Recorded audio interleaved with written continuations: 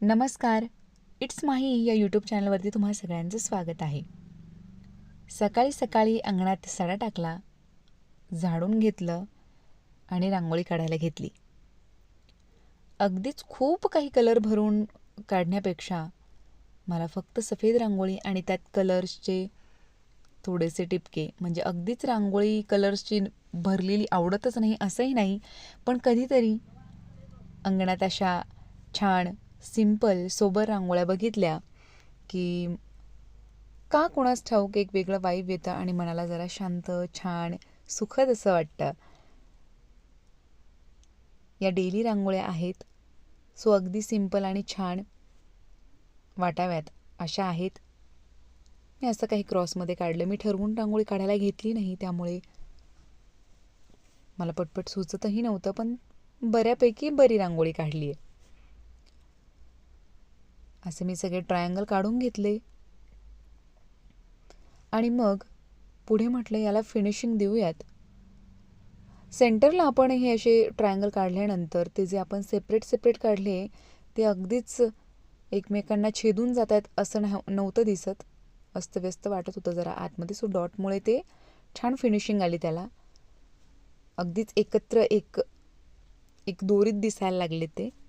आणि मग या रांगोळीला बाहेरून एंड कसा द्यावा, तर म्हटलं आपण कमळाची फुलं काढूयात.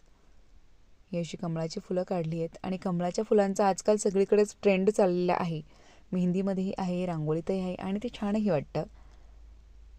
मग मी अशी साईडला कमळाची फुलं काढून घेतली.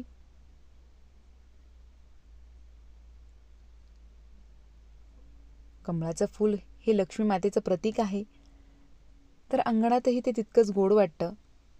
रांगोळी मुळात खूप प्रसन्न करते घराला.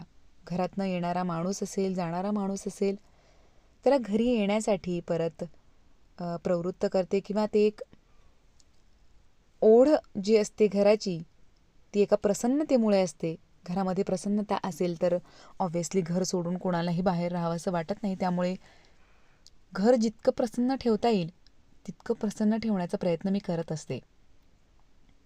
मग रांगोळ्या असोत, घरामध्ये सुगंधित अगरबत्ती लावणं असेल, किंवा देवपूजा छानशी, देवासमोर छान फुलं वाहिलेली असेल, आपसुकत घरातली सगळीच लोकं त्या गोष्टींनी आकर्षित व्हायला लागतात. घरातलं वातावरण आपसुकच प्रसन्न व्हायला लागतं.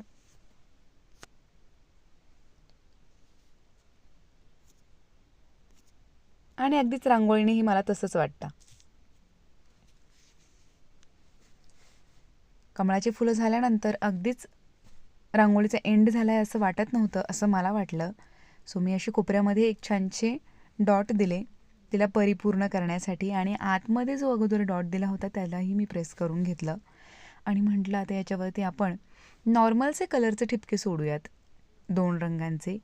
आतमध्ये मी एक ऑरेंज कलरचा ठिपका दिला आणि साईडला 4 कोपऱ्यामध्ये जे आपण डॉट दिले त्यालाही मी ऑरेंज ठिपकेच दिलेत.